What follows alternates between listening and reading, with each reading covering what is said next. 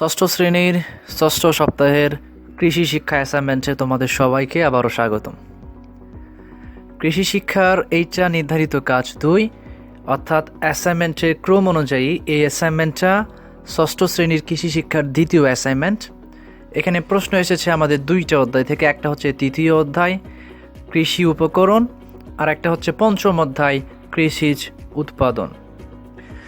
প্রথমের একটা সৃজনশীল প্রশ্নে আমরা একটা উদ্দীপক দেখতে পাচ্ছি। যদি আমরা উদ্দীপকটা পড়ি আমরা এরকম দেখতে পাচ্ছি যে ষষ্ঠ শ্রেণীর কৃষি শিক্ষা ক্লাসে মাটি বিষয়ে শিক্ষক বললেন সব ধরনের ফসল একই ধরনের মাটিতে চাষ করা সম্ভব নয়। আলু, গম, পাট, তরমুজ, বাদাম, বাঁধাকপি ইত্যাদি ফসলগুলো চাষের জন্য ভিন্ন ভিন্ন বৈশিষ্ট্যের মাটি প্রয়োজন হয়। শিক্ষক আরও বললেন এমন এক ধরনের মাটি আছে যার অর্ধেক বালিকণা আর বাকি অর্ধেক পলিকণা ও কাদাযুক্ত হয়। প্রথম প্রশ্নে বলা হচ্ছে উদ্দীপকের প্রদত্ত ফসলগুলো চাষের উপযোগী মাটির প্রকারভেদ অনুযায়ী তালিকা তৈরি করো। আমাদের এখানে যে কয়টা ফসলের কথা বলা হয়েছিল সেটা হচ্ছে আলু, গম, পাট, তরমুজ, বাদাম, বাঁধাকপি। আমরা পর্যায়ক্রমে এই সবগুলো ফসলের জন্য তাদের কোন ধরনের মাটির প্রয়োজনীয়তা পড়ে বা কোন ধরনের মাটিতে এদের ফলন অধিক হয় সেগুলোকে আমরা নিয়ে আসব। চলো আমরা চলে যাই আমাদের উত্তরপত্রে। আমরা শুরু করতে পারি এভাবে যে উদ্দীপকের প্রদত্ত ফসলগুলো চাষের উপযোগী মাটির প্রকারভেদ অনুযায়ী তালিকা তৈরি করা হলো। প্রথমে আমরা গমের জন্য দেখব। গম চাষ করার জন্য আমরা দেখতে পাচ্ছি যে গম চাষের জন্য উঁচু ও মাঝারি জমি বেশ উপযোগী, তবে মাঝারি নিচু জমিতেও গম চাষ করা যায়। দোআঁশ ও বেলে দোআঁশ মাটি গম চাষের জন্য সর্বোত্তম। তারপর চলে আসি আলু চাষ। আলু চাষের জন্য হালকা প্রকৃতির মাটি বেশ উপযোগী। বেলে দোআঁশ মাটিতে আলু চাষ করলে বেশি ফলন পাওয়া যায়। পাট চাষের জন্য উঁচু ও মধ্যম উঁচু জমি বেশ উপযোগী। দোআঁশ মাটিতে পাট চাষ সর্বোত্তম, অর্থাৎ দোআঁশ মাটিতে পাট চাষ করলে তার ফলনটা বেশি পাওয়া যায়, পাটের ফলন। চলে আসি বাদাম চাষে। বাদাম চাষের জন্য দোআঁশ, বেলে দোআঁশ এবং বেলে মাটি বেশ উপযোগী, অর্থাৎ এই ধরনের মাটিতে যদি আমরা বাদাম চাষ করি তাহলে বাদামের ফলনটা আমাদের অত্যধিক হবে। তরমুজ চাষ। তরমুজ চাষের জন্য দোআঁশ ও বেলে দোআঁশ মাটি উত্তম। এবং সর্বশেষ বাঁধাকপি চাষ। বাঁধাকপি চাষের জন্য বেলে দোআঁশ মাটি থেকে পলি দোআঁশ মাটি বেশি উপযোগী। বাঁধাকপি যদি আমরা চাষ করি তাহলে আমাদের বেলে দোআঁশ মাটি অপেক্ষা পলি দোআঁশ মাটিটা হবে বেশি উপযোগী। চলে যাই পরের প্রশ্নে। পরের প্রশ্নে বলতেছে শিক্ষকের সর্বশেষ মন্তব্যটি কোন মাটিকে নির্দেশ করে? ব্যাখ্যাপূর্বক ধান চাষের জন্য ওই মাটি উপযোগী কিনা যুক্তি দাও।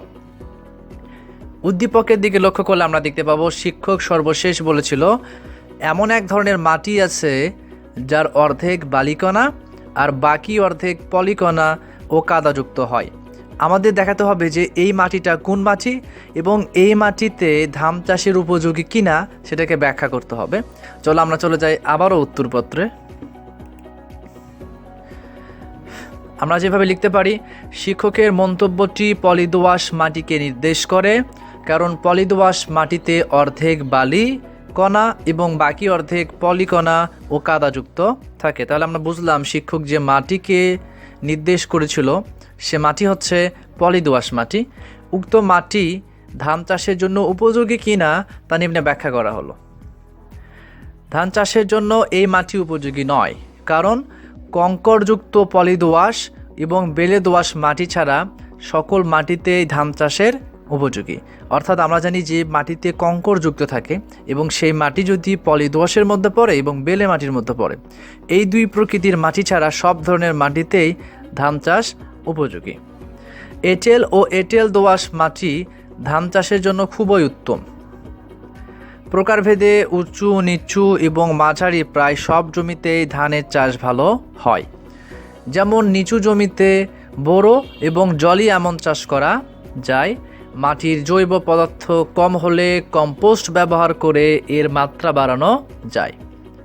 মাটির নাইট্রোজেন, ফসফরাস, পটাশিয়াম ইত্যাদির মাত্রা নির্ধারিত করে প্রয়োজন অনুযায়ী সার ব্যবহার করে আমরা মাটির উর্বরতাও বৃদ্ধি করতে পারি। পরিশেষে আমরা বলতে পারি যে উপরিউক্ত গুণাগুণ যেহেতু পলিদোআঁশ মাটিতে বিদ্যমান থাকে না, তাই এই মাটি ধান চাষের উপযুক্ত নয়। অর্থাৎ আমরা বুঝলাম যে পলিদোআঁশ মাটিটা ধান চাষের জন্য উপযোগী নয়। ধান চাষের জন্য সর্বোত্তম বা সবচেয়ে বেশি উপযোগী হচ্ছে এঁটেল এবং এঁটেল দোআঁশ মাটি। যে সকল মাটিতে ধান চাষের উপযোগী গুণাগুণগুলো পরিমাণে কম থাকে সে সকল মাটিকে আমরা ইচ্ছা করলেই সেখানে বিভিন্ন কীটনাশক, বিভিন্ন সার এগুলো বৃদ্ধি করে বা এগুলোর ব্যবহার করে আমরা মাটির উর্বরতা এবং মাটির যে এই ধরনের গুণাগুণের যে মাত্রাটাকে বৃদ্ধি করে ধান চাষের উপযোগী করতে পারি। চলে যায় আজকের আমাদের এই অ্যাসাইনমেন্টের সর্বশেষ প্রশ্নে। 2 নম্বর প্রশ্নে বলা হচ্ছে, তোমার এলাকায় জন্মে এমন ফুল, ফল, শাকসবজি ও মশলা জাতীয় ফসলের 5টি করে তালিকা তৈরি করো এবং এগুলোর অর্থনৈতিক গুরুত্ব বর্ণনা করো। অর্থাৎ এখানে যে সকল ফল ফসলের কথা বলা হয়েছে এগুলো সরাসরি উল্লেখ করে দেওয়া হয় নাই, কাজে তোমরা তোমাদের এলাকা থেকে যে ধরনের বিষয়বস্তুগুলো পাবে সেই ধরনের বিষয়বস্তুগুলোকে দ্বারা এইটার অ্যান্সার করবা। আমি এইভাবে পরিপূর্ণ করেছি, তোমরা দেখতে পাচ্ছ আমি লিখেছি আমার এলাকায় জন্মে এমন ফুল, ফল, শাকসবজি এবং মশলা জাতীয় সকল ফসল এর তালিকা তৈরি করা হলো এবং এগুলোর অর্থনৈতিক গুরুত্ব নিম্নে বর্ণনা করা হলো। ফুল জাতীয় ফসল হচ্ছে গোলাপ, গাঁদা, বেলি, জবা, শিউলি। আর ফল জাতীয় ফসলের মধ্যে আছে পেঁপে, কলা, লেবু, আনারস, পেয়ারা।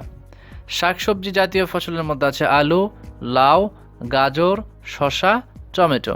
এবং মশলা জাতীয় ফসলের মধ্যে আছে পেঁয়াজ, রসুন, আদা, ধনিয়া, মরিচ। তোমরা ইচ্ছা করলে এগুলো তোমাদের এলাকা অনুযায়ী এটাকে আরও বিভিন্নভাবে ভাগ করতে পারো। এবার চলে আসি আমরা অর্থনৈতিক গুরুত্ব নিয়ে। এই প্রত্যেকটা বিষয়ের অর্থনৈতিক গুরুত্বকে আমরা আলাদা আলাদা পয়েন্ট আকারে লিখবো। আমরা লিখেছি ফুলের অর্থনৈতিক গুরুত্ব। ফুল সহজে চাষ করা যায়, এই কারণে এটি প্রচুর জনপ্রিয়তা আছে।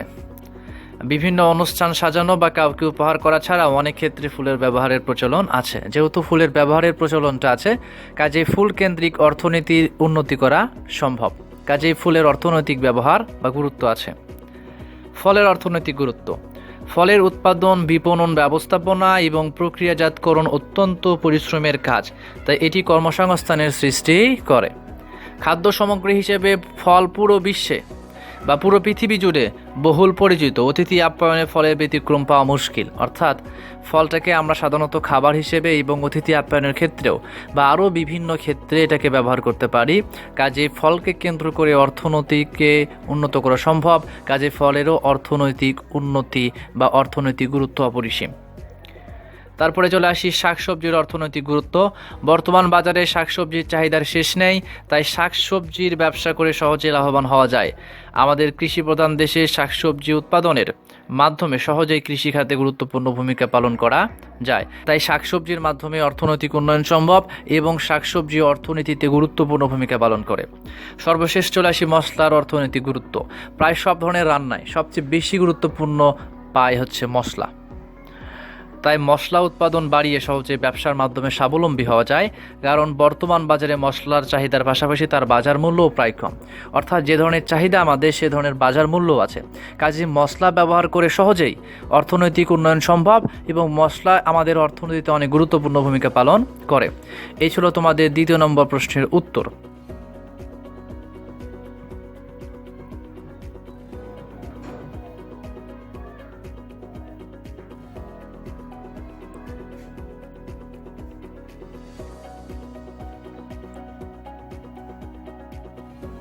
এই ছিল আজকের অ্যাসাইনমেন্টের সমাধান।